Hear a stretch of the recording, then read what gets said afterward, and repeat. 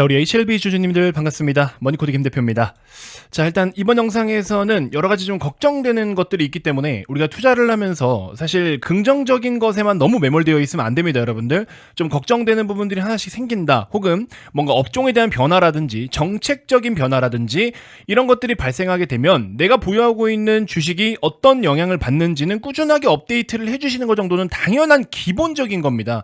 근데 이제 많은 사람들이 여전히 이거 좋대, 여전히 이 좋은 투자 포인트는 흐트러지지 않았어, 근데 그 좋은 것보다 나쁜 게 영향을 더 크게 받는다 그러면 좋은 거는 좀 뒤로 숨겨야죠. 나쁜 걸 우선적으로 반영할 것이고, 나쁜 게 주가에 더 크게 반영이 되면은 시세는 더 많이 빠질 거 아니에요. 그러니까 어쨌든 부정적이고 걱정되고 리스크가 될 만한 우려사항들, 이런 거는 여러분들 반드시 인지라도 하고 가셔야 됩니다. 그게 안 되면 나중에 시세가 우르르 무너지는 상황에서도 그냥 버텨요. 버틴다고 되면 다행인데, 이 제약바이오 종목들은 특히나 잘못 버티면 그냥 골로 갑니다. 그냥 다 날리는 거예요. 특히 뭐 HLB가 지금 당장 그렇게까지 될 가능성은 뭐 당연히 높진 않지만, 뭐 극단적으로 예를 들어서 여러분들 HLB가 리보세라님하고 캄렐리주맙 이거 만약에 임상 실패했어요. 지금 뭐 그럴 리는 없죠, 사실. 왜냐면 리보와 캄렐리가 전부 다 중국에서 지금 판매가 되고 있고, 캄렐리 같은 경우에는 중국에서 1조 원대 매출이 나오고 있잖아요. 리보도 7천억 원 정도는 나오고 있고. 근데 이제 이게 중국 거다 보니까는 미국에다가 론칭이 되냐 안 되냐 뭐 이런 문제가 있긴 하지만,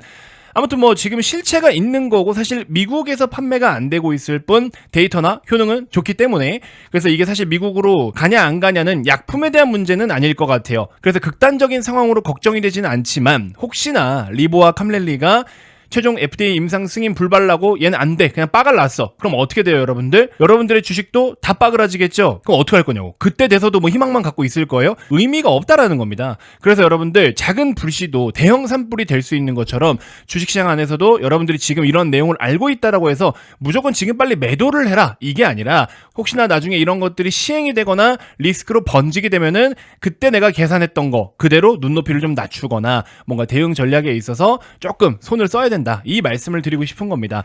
자, 그래서 일단 뭐 긍정적인 내용들을 여태 여러분들께 많이 말씀을 드려왔는데, 어제 이어서 약값을 인하하는 것과 트럼프 정책 두 가지, 약값을 인하하는 것과 의약품 관련된 관세, 여기에 대해서 한번 설명을 드려보도록 할 건데, 일단은 주식을 투자하면서 가장 중요한 게 뭐냐면 여러분들, 정책 있죠, 정책. 이 정책을 잘 아셔야 되는데, 정책도 두 가지가 있습니다. 하나는 통화정책. 통화정책이라고 하면 뭐예요? 금리죠. 금리가 굉장히 중요한 거고, 그 다음에 두 번째로는 정부 정책입니다. 정부의 정책. 정부 정책이라고 한다면 이건 약간 정치적인 거라든지 외교적인 것들, 이런 거를 의식을 해야 된다라는 거죠.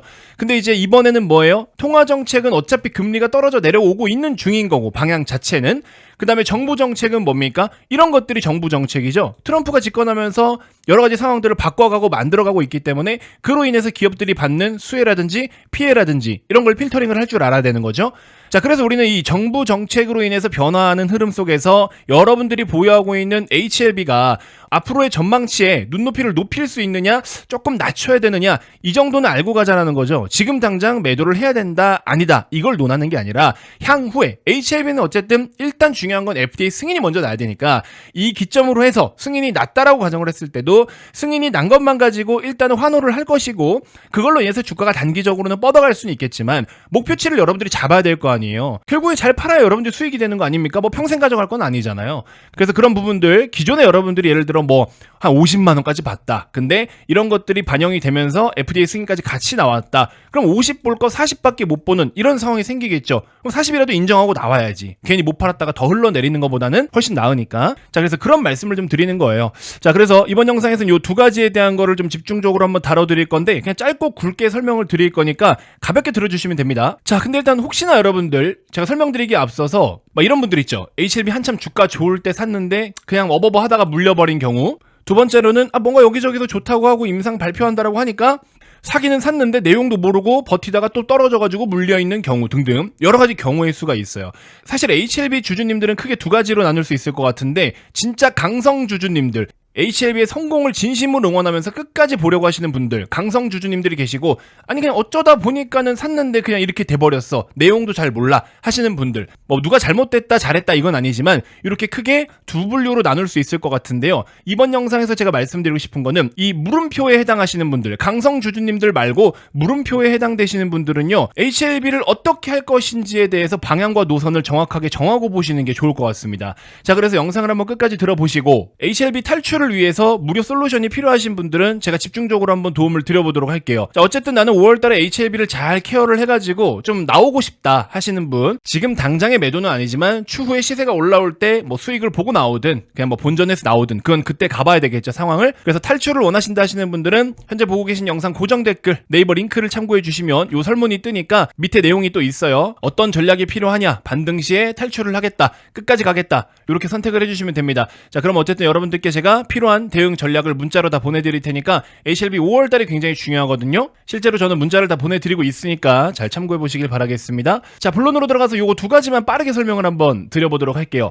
일단은 약값을 인하한다라는 것 자체는 실제로 인하를 하게 되면 기업들에게는 부정적입니다. 제약 산업 자체에 굉장히 큰 영향을 좀 줄 수가 있는데, 일단은 뭐 일반 서민들, 국민들은 약값이 저렴해지니까 당연히 아픈데 돈까지 많이 들어가면 참 서럽잖아요, 여러분들. 근데 그런 부담을 좀 낮춰줄 수 있고, 좋은 약, 비싼 약을 사용하는 데 있어서 그래도 조금 부담이 줄어들기 때문에 환자들 입장에서는 긍정적일 수 있겠죠. 근데 이제 제약사들 입장에서는 수익성에 타격을 받습니다. 어쨌든 돈을 버는 그 규모 자체가 줄어들기 때문에 수익성에 있어서는 타격은 불가피한 거예요. HLB 같은 제약회사들은 매출이 대부분 좀 고가 의약품에서 발생하기 때문에 약값이 인하된다라는 거는 당연히 매출 감소로 이어지게 되겠죠. 그럼 일단 심플하게 이겁니다. 한 2조 벌 것 같은데 이걸 1조밖에 못 벌어. 그러면 우리가 곱하기 예를 들어 멀티플 같은 거 이렇게 해서 이제 밸류를 구하는데, 적정 주가라는 걸 구할 때 매출 규모에 따라 눈높이가 당연히 높고 낮고가 결정이 되니까 매출 자체가 낮아지고 이익 자체가 낮아지니 어떻게 되겠어요? 기업에 대한 적정 주가는 당연히 낮아질 수밖에 없겠죠. 그래서 밸류에이션을 높게 유지할 이유가 없게 됩니다. 그래서 밸류에이션을 당연히 다시 조정을 해야 되는 것이고, 약값을 실제로 인하를 하게 된다면 눈높이를 낮출 수밖에 없다. 근데 이게 어떻게 시행이 될지는 모르겠는데, 일단은 중간에 이제 PBM이라 그래가지고 어제도 설명을 드렸죠. 이 중간 유통 과정 중에 PBM이라고 있어요. 처방약 급여를 관리하는 그 회사가 있는데 이제 협상을 하는 거죠. 그러고서 PBM이 이제 도매업체로 넘기고, 도매업들이 어디로 넘깁니까? 약국이라든지 병원으로 유통을 하게 되는 건데, 이 PBM에다가 로비를 많이 해요. 우리 약 좀 많이 팔아주세요, 우리 약 좀 많이 뿌려주세요 해서 로비와 영업을 하는데, 여기서 이제 가격 거품이 생기는 건데 이걸 다 손보겠다라고 하는 거죠. 근데 이걸 손보겠다라고 사실 지난 트럼프 1기 행정부 때도 시행을 했는데 안 됐고요. 그 다음에 바이든 정부 때도 했는데 안 됐고요. 그러니까 이번에 트럼프가 아예 그냥 행정 서명 해버리겠다, 그냥 잡아버리자, 이렇게 해버리는 거죠. 그래서 요거는 일단 현재까지 놓고 봤을 때 30에서 80% 정도의 가격을 인하한다라고 했지만 몇 퍼센트가 인하될지는 사실 정확하게는 아직 모르고 품목별로 또 다를 수가 있기 때문에 요거는 가능성은 일단 높긴 높은데 상황을 조금 지켜봐야 될 것 같아요. 그리고 또 함부로 그냥 막 할 수는 없는 게, 제약 업종 자체에 굉장히 큰 영향을 줄 수도 있기 때문에 요런 거는 한번 지켜봐야 돼요. 왜냐면 어쨌든 약을 수입을 해가지고 자기들이 관리해서 판매하기 위해서 영업을 하고 하는 모든 과정, 그 모든 과정에서 책정된 비용일 텐데, 이런 비용 자체를 줄여버린다 그러면 회사를 운용하는 것도 힘들어질 수가 있겠죠. 제약사뿐만 아니라 중간 유통과 도매도 마찬가지니까. 그래서 요거는 뭐 상황을 좀 지켜봐야 되지만 현실적으로 조금 어려움이 없지 않아 있다라는 거. 그 다음에 이제 두 번째로 의약품 관련된 관세.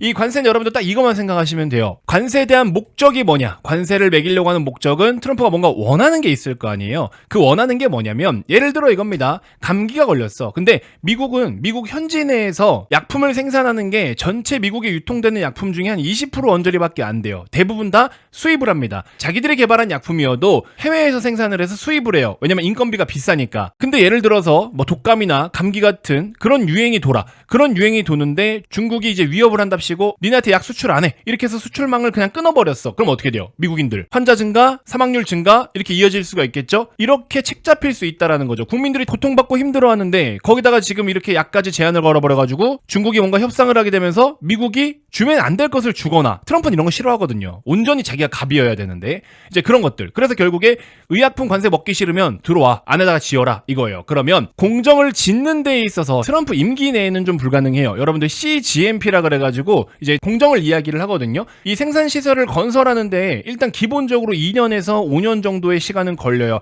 그럼 이미 끝났죠? 트럼프 임기는 이 중간에 끝날 가능성이 높고, 트럼프가 선거가 지금 상원이 장악하고 있는 중간 선거까지만 하더라도 어쨌든 2년 안에는 또 힘드니까, 그죠? 일단은 기간 자체가 오래 걸린다라는 거고, CGMP 이거 승인받는 절차 자체가 엄청 까다로워요. 그렇기 때문에 건설을 하면서도 인증 절차를 병행을 해야 되는 겁니다. 그냥 다 지어놓고 우리 이거 어때? 이렇게 하는 게 아니라 짓는 내내 인증 절차를 병행을 해서 검열 받아가면서 감사 받아가면서 그렇게 승인을 받는 거라 시간이 꽤 오래 걸립니다. 비용도 솔직히 많이 들어가거든요. 근데 애초에 투자 비용도 많이 들어가는데 미국의 인건비도 비싸버리네? 이렇게 되면 어떻게 되겠어요? 이런 시장에 누가 들어와서 미국에다 짓겠어요? 그리고 미국은 기본적으로 의약품 규제가 굉장히 엄격해요, 여러분들. 우리 선크림 아무렇게나 쓰죠. 이거 선크림 미국에서 판매하는 것도 쉽지 않아요. 색소 화장품 같은 것들도 FDA에서 되게 깐깐하게 다 봅니다. 근데 이제 이런 의약품 규제 같은 것들에 대해서 승인을 대기해야 되고 또 승인을 받으려면 엄청 또 오래 기다려야 되고 그러면 또 거기에 대한 기회비용도 들어가고 그러니까 전체적으로 효율 자체가 굉장히 떨어져요. 근데 그런 걸 다 이겨내고 만약에 미국 현지에다가 HLB가 생산시설을 만약에 구축을 했다. 풀 밸류체인을 여기다 갖췄다. 그러면 뭐 미국 시장 내에서 입지는 엄청나게 강해지는 거죠. 근데 어떤 미친 기업들이 이렇게 하겠냐고. 그러면 삼성바이오가 이미 들어가서 그쪽에다 공장 계속 늘리지. 그렇지 않다라는 겁니다.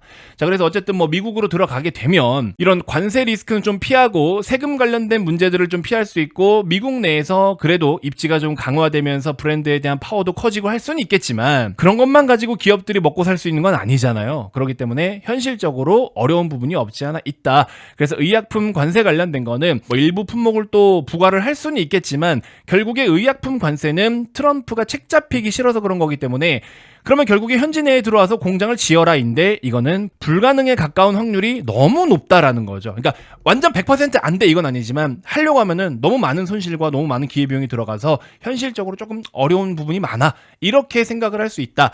자, 그래서 정리를 하자면 의약품 관세 관련된 걸로 주가가 빠지면 사실 내용에 따라 좀 다를 수는 있겠지만 범위가 워낙에 넓어서 또 기회가 될 수 있는 건 분명한데요. 근데 이제 약값을 인하한다라는 것은 어쨌든 당장의 HL백에는 부정적인 내용인 거는 팩트입니다. 그래서 이 정도의 리스크가 존재할 수 있다는 일단 여러분들 참고하시길 바라겠습니다. 아시겠죠? 자, 그래서 다시 한번 강조드리지만 일단 HLB는 어쨌든 FDA 승인을 받아야 이런 시나리오도 영향을 받든 안 받든 하는 거예요. 긍정과 부정을 논하기 전에 FDA 승인부터 떨어져야 되기 때문에 근데 이제 FDA 최종 승인 여부에 대해서는 우리가 확답을 할 수는 없지만 5월 달에 가지고 있는 이벤트 자체는 그래도 긍정의 확률이 매우 높기 때문에 이 흐름을 타서 여러분들이 뭐 탈출을 하시려면 하시든 추가 매수를 해가지고 조금 장기로 가려면 가시든 뭐가 됐든지 간에 5월 달에는 어떤 전략이든지 간에 아마 취하게 될 것이다. 이미 제가 연휴 동안에 문자를 다 보내드렸었잖아요. 그죠? 그래서 그런 내용들 잘 참고를 해보시면 될 것 같고요.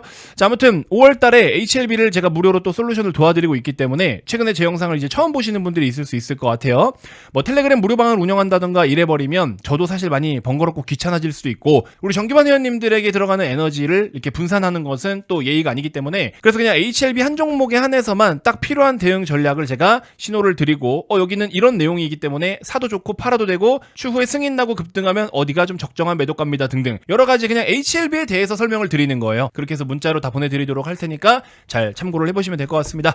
자, 아무튼 HLB 도움을 좀 받고자 하시는 분들 현재 보고 계신 영상 고정 댓글 네이버 링크 한번 꼭 확인 부탁드리도록 하겠고요. 이번 영상 이렇게 해서 마무리하도록 하겠습니다. 고맙습니다.